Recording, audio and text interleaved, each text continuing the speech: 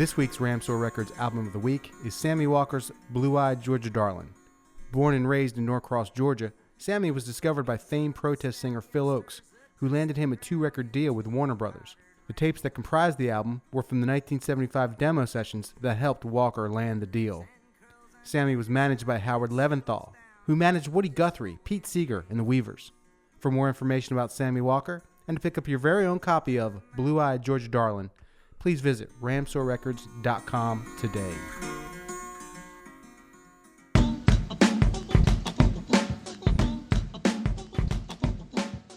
Throughout the latter part of the 20th century, the perception of golf in popular culture was that of a sport of wealthy white men who gathered at their exclusive country clubs, making business deals over 18 holes of golf, all the while smoking expensive cigars and drinking martinis. You know, like in CaddyShack. But then, from out of nowhere, Tiger Woods burst onto the scene, changing the look and style of the sport forever. Well, the truth behind the sport's history is much more complicated and a bit more noble. For example, since 1970, the FedEx St. Jude Classic Golf Tournament has raised over $33 million for the hospital.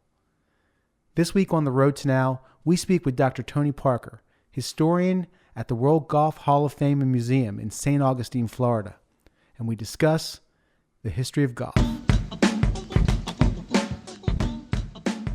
I'm Bob Crawford. I'm Ben Sawyer, and this is The Road to Now.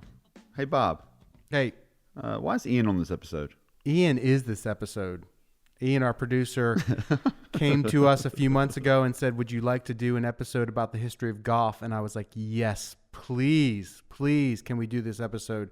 Golf was such a big part of my childhood, not because I was a great golfer, but my grandfather was a club pro in Atlantic City, New Jersey. I have so many memories of watching golf at my grandparents' house growing up, or going to the golf course. My very first job, he taught golf lessons, and I went and would retrieve the balls after the lessons, and I would have a hot dog and a Coca-Cola in the clubhouse after work, and then he and I would drive to the racetrack, Atlantic City racetrack, and he would place his bets for the day, and I would sit there with him.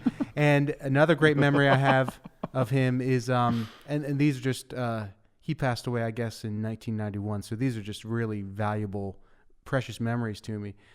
And I would get in his car, he would pick me up in the morning, and he would have the big band station on. And this is, I guess the late 70s. So if you think about commercial radio, what we would now call terrestrial radio, like, I guess nowadays you have the 90s station, right? Yeah.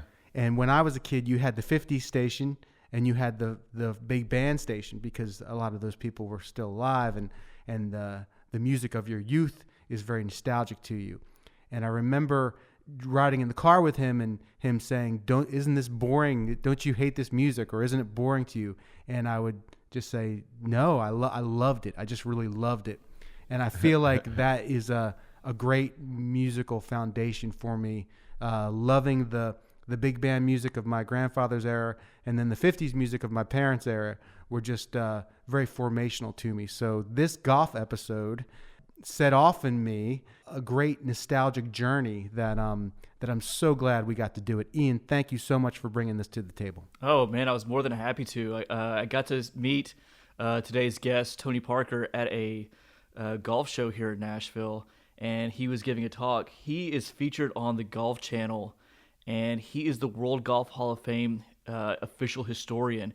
And I was recently talking to him the other day, and he just got back from St. Andrews, where he played like 4 rounds of golf at the old course and at Carnoustie. Man, I was so jealous to hear about that. I would give anything to... I've been over there once before to play, and it's amazing. It's a different form of golf there than it is here. But yeah, what a wealth of knowledge this guy has. I think we often get caught up in the image of the American as the rugged individual. And golf is a sport where it's you against yourself. We have tournaments where you are competing against others, but at the end of the day, it's you against you're playing yourself. You're playing the course, really. I think that really captures a bit of the American spirit, or what we perceive to be the American spirit. So I hope everyone enjoys this episode, and thank you for taking the time to listen to this episode of The Road to Now.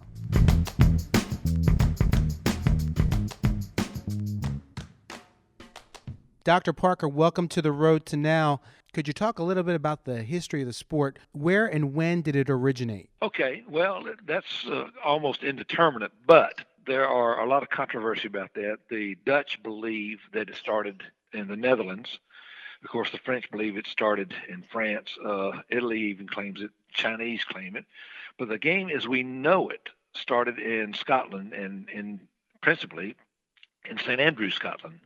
Now, we know initially the first time golf is really mentioned is in 1457, and we know by 1457 it was a well-established game. Everybody was playing it. And the reason in 1457 we know is because at that time James II, the King of Scotland, banned the playing of golf because he found out his soldiers were spending more time on the golf course than they were practicing their arms and archery, which at the time they were at war in England. It didn't really work. They tried banning it again in 1471. That didn't work. Again in 1491. Again, it didn't work. And so finally in 1502, when James IV, the King of Scotland, married King Henry of England's daughter, peace broke out, and the first thing that James IV did was order a set of golf clubs from Perth in Scotland and lifted the ban. So like I say, the earliest we know that it's well established by 1457. So why did he order golf clubs from Perth? Well, at that time, there were two groups of folks who were making golf clubs, and primarily those the same guys who made archery, bows, arrows, and that kind of thing, woodworkers. You had St. Andrews, you had Perth, you had Edinburgh, and you had Aberdeen. Those four places in particular where golf was really getting a foothold. He did also order golf clubs from St. Andrews, and there are records in the National Archives in Scotland, a receipt for where he ordered golf clubs and golf balls from a club maker both in Perth and in St. Andrews. So I guess we have the old saying, turning swords into plows can also apply to, say, turning arrows into golf clubs? I think that'd probably be a good analogy. Exactly right. Yeah, I've not heard that, but that's quite good, actually, yes.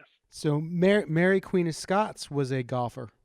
She was indeed. As a matter of fact, she was criticized for playing golf in 1567 because just a week prior, her husband, Lord Darnley, had met an untimely demise. And the following week, she was out on the golf course playing golf in a game called Pall Mall.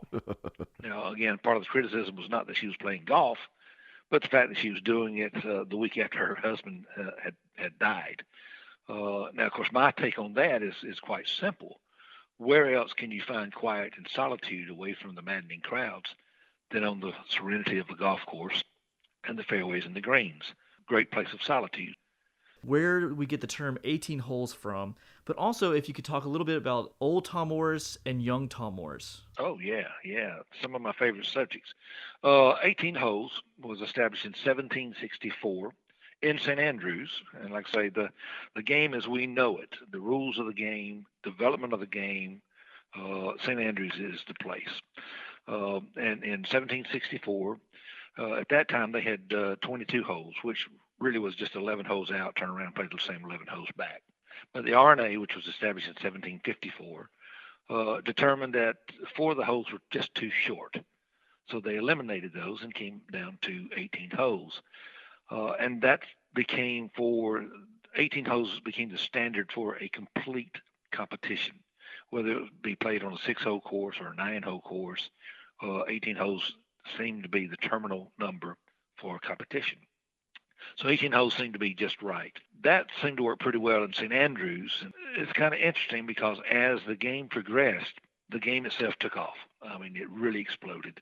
Everybody began playing. And they found out that the 18 holes playing 9 out, turn around playing the same 9 back, caused quite a bit of confusion because people ran into each other playing the same hole. Right. So that's when St. Andrews developed their double greens. For example, the 5th hole and the 13th hole share one green, and that green is 100 yards deep and 100 yards wide. So that seems to work out pretty well in St. Andrews for sure. And young and old Tom Moores, like how influential were they for the game? Well, Old Tom is considered the pretty much the father of the game. He did a lot of work at St. Andrews. He designed the Prestwick Golf Club.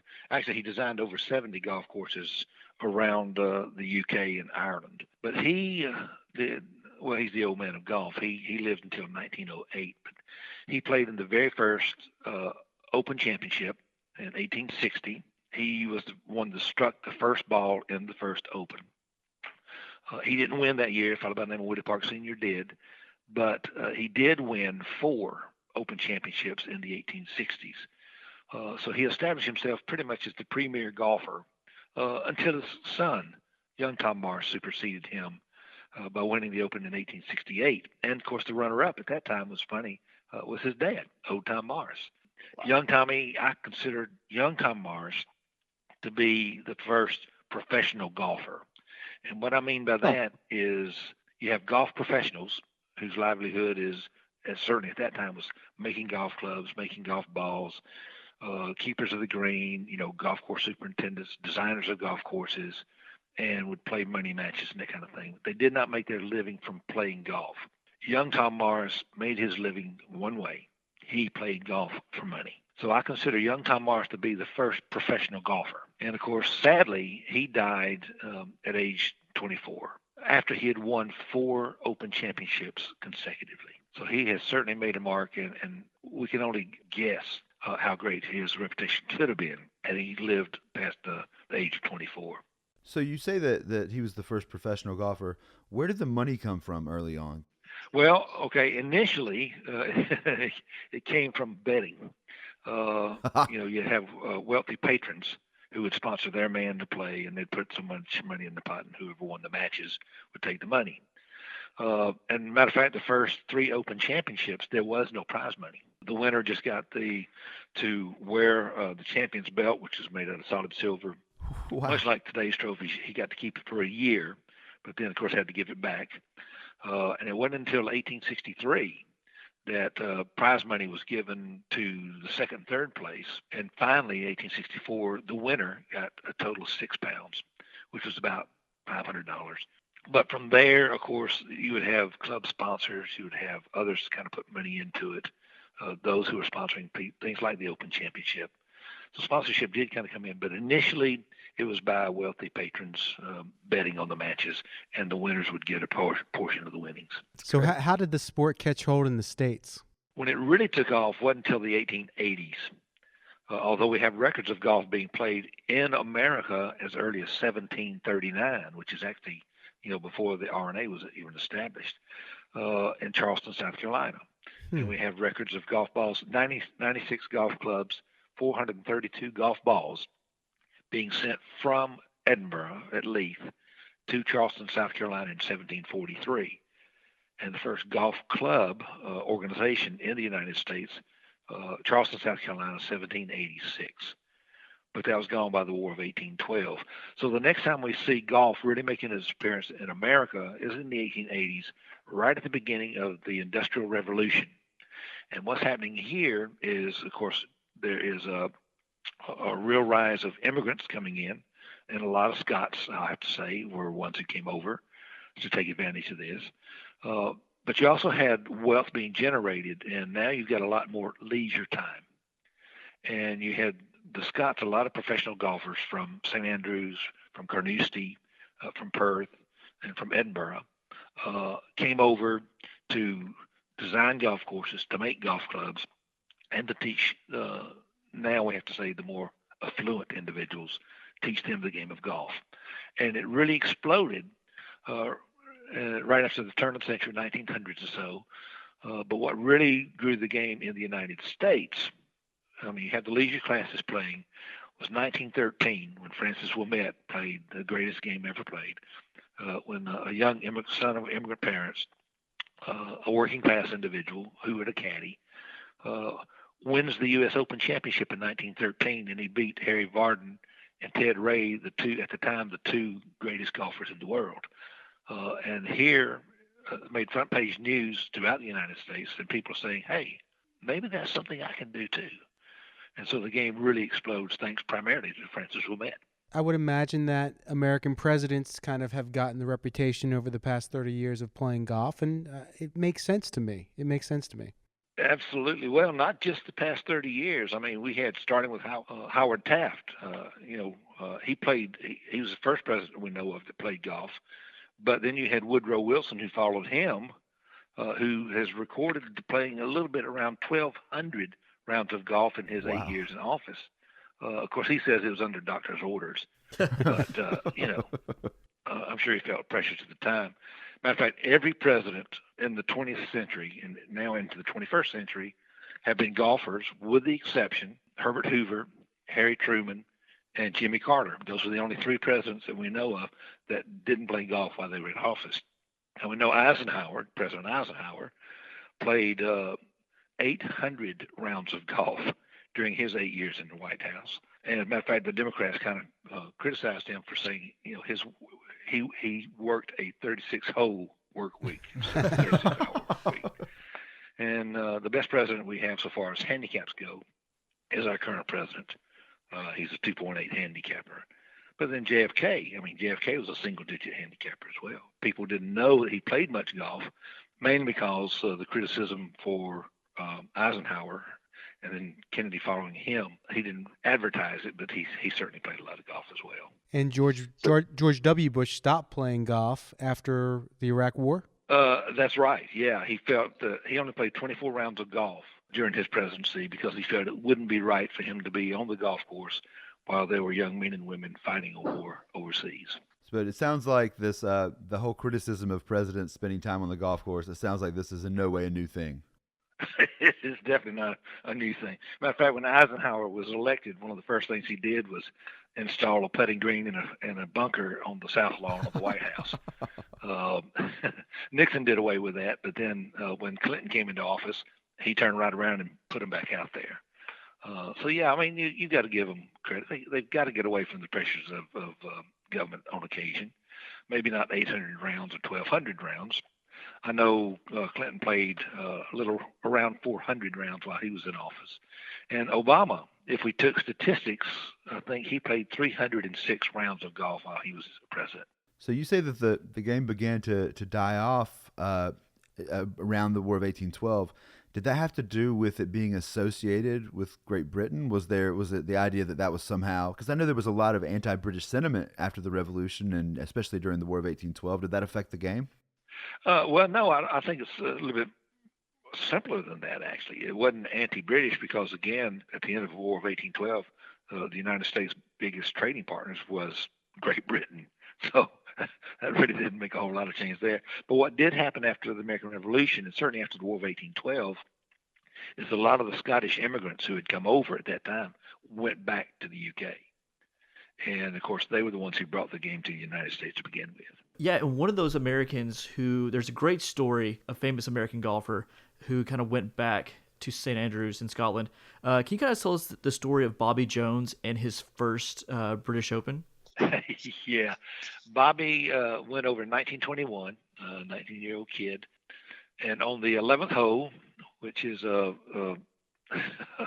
treacherous par 3, I can tell you, he went into the hillside bunker. There's two bunkers in front of the 11th hole. There's the Strath bunker, which is right in front of the green, and then to the left there's the hillside bunker, which if you're standing on the green, it's about a 10, 12-foot drop straight down. Well, Bobby got into the bunker, and he was already complaining. He wasn't playing so very well. So I think he shot 46 actually on the front nine. Got into the bunker and couldn't get out. Finally, when he did get out, he was so frustrated he picked up his golf ball, tore up his card, and walked off the golf course. Made a complaint about this being a cow pasture and the worst golf course he had ever seen. But then he thought about it. He came back in 1927, of course. Well, in 1926, he played the Walker Cup in St. Andrews and won handily. 1927, he comes back and he wins the Open Championship at St. Andrews. But by that time, he had already learned to appreciate the subtleties of the old course in St. Andrews. And for Bobby Jones, he said it's the greatest course in the world, and by far his favorite. And he said, if I could take out of my life everything except St. Andrews and my time on the old course, I would have lived a rich, full life. So he was a huge admirer of St. Andrews, especially the old course. And when he built Augusta with Alistair McKenzie, was also another big fan of the old course in St. Andrews. He modeled it on the old course at St. Andrews. The idea of developing and designing a golf course, how much has it changed? Is it still kind of the essential original principles still at play, or has there been a great deal of innovation? It depends on who you talk to. A great deal of innovation, I would say, on one hand. On the other hand, you've got people where there's the golden age of golf course architecture, which is back in the 1920s, 1930s, and maybe a little earlier, when you've got people like Donald Ross and Seth Rayner, and you've got Alister McKenzie, and you've got these guys, A.W. Tillinghast. Their principle was to make a golf course primarily look as natural as possible, but at the same time, every hole be unique and spectacular. There was certainly differences between McKenzie and Ross and others, but the way the original courses were designed, especially people like O. Tom Morris or J.H. Taylor, these kind of guys back in the 19th century, they believed in looking at a piece of land and seeing the natural eye and use as much of nature without man-made intrusions as much as possible. And this was the same way that McKenzie certainly came along. He looked at it and said, it should be as natural looking as possible. I mean, if you've got to put in bunkers, make it look like they've always been there.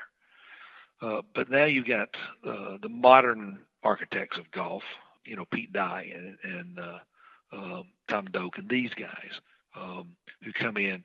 They add water. They put in blind shots. They put in a lot of bunkering. And so that's a change really from the earlier times, from the 1920s and 30s or so. Even the most passive observer of sports knows about the Masters. What is the history of Augusta and Augusta National? How does that fit in with the history of the sport? Well, that again, to me, it's a seamless transition from St. Andrews to the United States, because that was the whole driving force between Bobby Jones and Alister McKenzie, was to create, again, this basic idea of a golf course that's playable by the scratch golfer, the professionals, as well as the high handicapper. Make it a golf course that is tough and a challenge for professionals, but at the same time, make it in such a way that the average golfer, I don't recall, well, me, can look at a hole and play a different angle. I don't have to go for it all the time. There's a safety net over here. There's a bailout area. I can play it this way.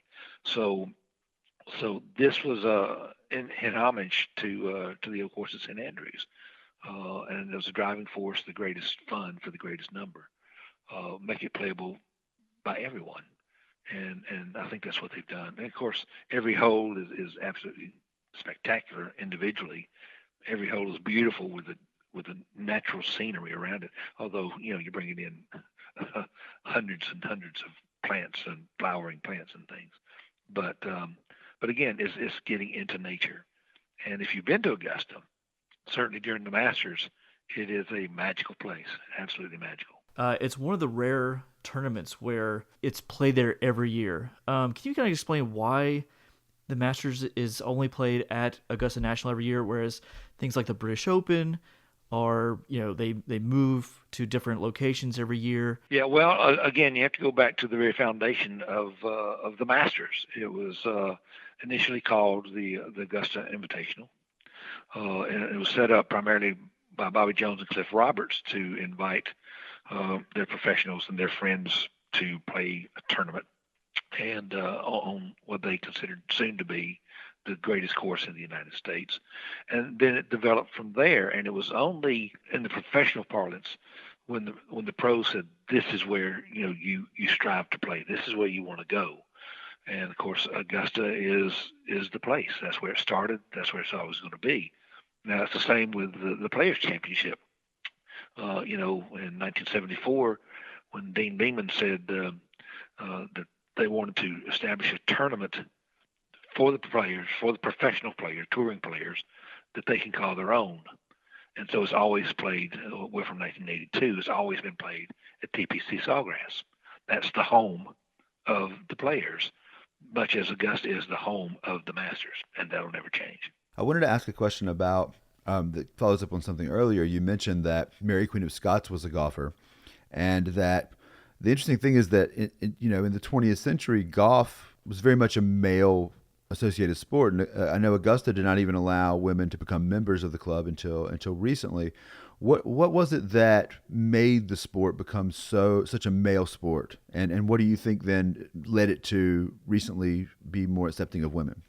Well, I think that's a little misunderstanding in that, because women have been involved with the game pretty much from the very beginning. The first women's competition I know of was actually held by some Scottish fisherwomen, which, from the socioeconomic standpoint, are very low down the ladder. And they played, and the winner got a scarf. And this was in the 17th century. And again, you mentioned Mary Queen of Scots played. So women have been involved.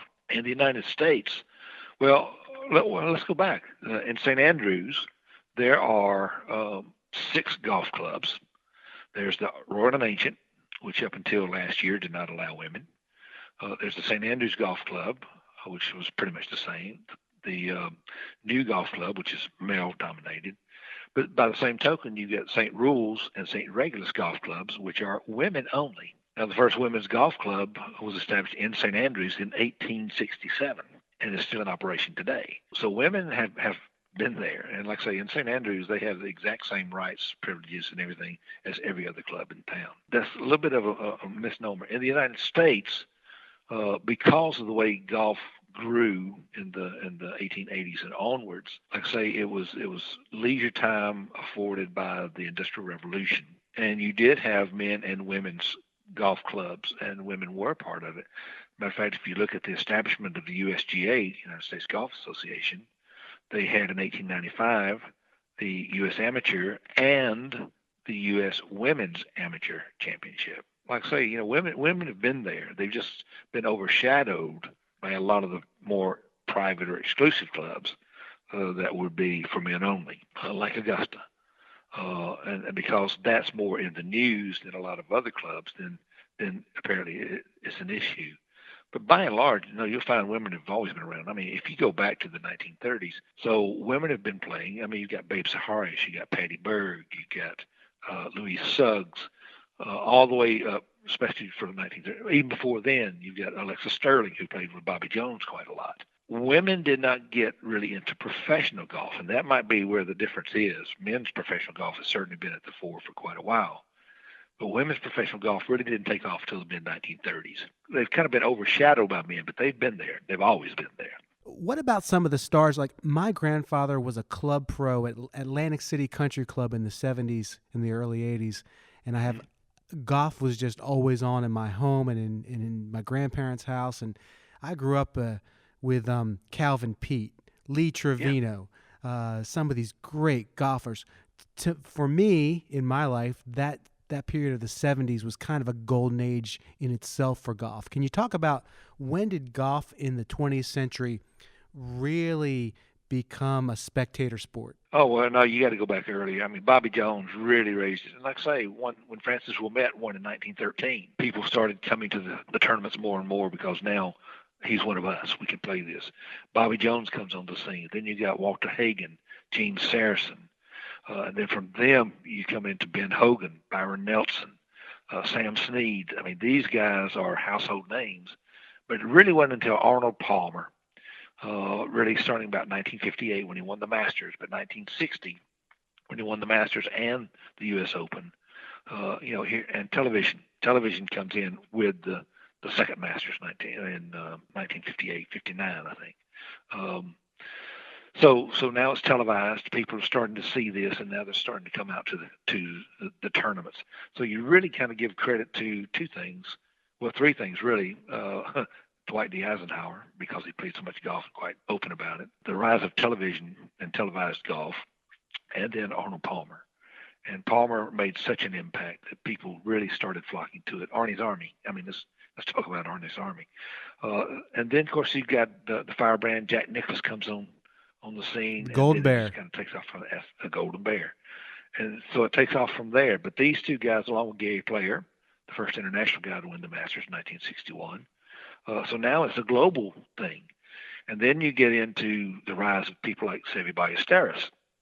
who is I loved watching him as much as anybody I've ever seen. With his fiery personality, I mean, he was very, I want to say, Palmer-esque in the sense of being a crowd pleaser and really stirring up emotions. I remember being a big fan of Chichi Rodriguez and Payne Stewart. Chichi was here. He visited with us about 3 months ago on his birthday, and we had a packed house when we did a little Q&A with him. But yeah, Chichi again, his personality when he do his little Toreador sword swing, when he stuck a putt and stuck it in there, and Payne Stewart. I mean, Payne, with his +4s, colorful individual, and just an all-around good guy. But he brought crowds as well. I mean, one of my favorite pictures, which I actually just posted on my Facebook, I think 3-4 days ago, and on Twitter.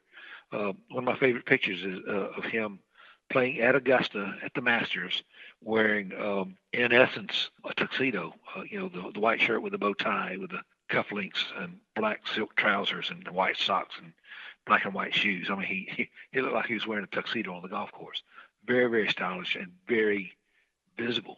So yeah, these guys command attention, not just with their golf, but with their personalities. And I think that separates golf from other sports, where you got personalities in baseball and you got personalities in basketball and you got personalities in football. But all these are team events. Whereas in golf, you got the personality. It's you against the course. It's you against the field. Well, so you mentioned Tiger Woods. What impact did he make when he entered the game? Well, let me preface Tiger with somebody like Charlie Sifford, or you mentioned Calvin Peete. Charlie Sifford, of course, until 1961, the PGA of America had a Caucasian-only rule. So if you were any other ethnicity other than Caucasian, you could not be a member of the PGA of America. Well, Charlie Sifford qualified, and in 1960 they gave him an approved player's card. He couldn't be a member, but he could play on the tour. 1961 they did away with that clause because of Charlie Sifford, and so therefore he opened the door for all ethnicities, not just African Americans, but all ethnicities to play. Because of that, you got somebody like Calvin Peete come along. Now, Calvin, in the 1980s, was the third winningest player on the tour. Only Tom Kite and Tom Watson won more tournaments than Calvin did in that decade. And between 1982 and 1986, Calvin won more than any other player on the tour. He was on the 1983 and 1985 Ryder Cup teams. And he's the first African-American to win the Players' Championship. He also led the tour 10 consecutive years in driving accuracy. So, here's a guy who really made an impact. And as one fellow said not long ago in another little public panel that we did, he said he walked with Calvin in that final round of the 1985 Players. And he said, Calvin not only won the tournament, he won the crowd. And I think because of people like Calvin, when Tiger came along, and let's face it, Tiger intimidated and dominated the tour in the late 1990s and early 2000s with his sheer power. And of course, when he won the Masters in 97 and then in 2000, winning about 15 strokes at the U.S. Open at Pebble, he intimidated the other players quite significantly. But on the other hand, he also showed a lot of young people of color that, hey, if he can do it, I can do it too. So he made a real strong impact. And the beauty of Tiger is that he did not identify himself as an African American, but rather as a combination: Caucasian, Black, Indian, Asian. And so everybody in the world could claim Tiger Woods, and that's pretty significant. Where do you see the sport today, and where do you see it headed? Well, that's a fantastic question. I think because you're seeing things like the drive, chip, and putt program, the First Tee, the LPGA Girls, the PGA of America team for young people, you're seeing a lot of proactivity going into getting young people on the golf course. Now, one of the big problems we're facing now is, and I hate using this term, but the millennials, because we're at a place now where it's perceived as being an expensive game to play and quite time consuming. But what may surprise you is that actually the average round of golf only costs $37 in the United States, which by the time you were to take a date to a movie and popcorn and drinks for 3 hours in the movie, you spent more than $37. So that's kind of a misconception. So what we've got to do is A, change the perception of the game itself, B, make it more accessible, which I think we're really moving in that direction. C, really show the benefits, the health benefits, the charitable benefits. I mean, it may surprise you to know that golf raises more money in charity than all other professional sports combined. Absolutely. Matter of fact, last year, $3.9 billion was raised from golf for charity, and most of that's unrelated to the golf industry at all. The health benefits, I mean, if folks talk about calories and stuff like that. Well, if you play 18 holes of golf, it burns roughly 2,000 calories if you're walking. Wow. And 1,300 calories if you're riding. So there are health benefits as well. Where we need to go with this, or where do we see it going? People are talking about it declining. It's not declining. What's happening is that 9 out of 10 golfers actually play on public access golf courses. 76% of golf is played on public golf courses. So what you're seeing is actually a decline in private club memberships, not the number of golfers actually playing golf. Golfers are now playing other courses, public accessible courses, and to be honest with you, less expensive courses. So golf is alive and is doing very well. It's just the media kind of presents it in an unfavorable light, but that's just not the case. Dr. Tony Parker, thank you so much for doing this with us. Really enjoyed it. Thank you. Glad to help. We'll see you out there on the links. All right. Take care. Thank you for joining us today on The Road to Now. Our program is produced by Bob Crawford, Ben Sawyer, and Ian Scotta, edited by Bob Crawford and Ian Scotta. Paul DeFiglia provides our music. Please be sure to follow us on Twitter, like us on Facebook, and rate us on iTunes. For more information about this or any other episode, please visit theroadtonow.com. For Dr. Ben Sawyer, this is Bob Crawford. Take care.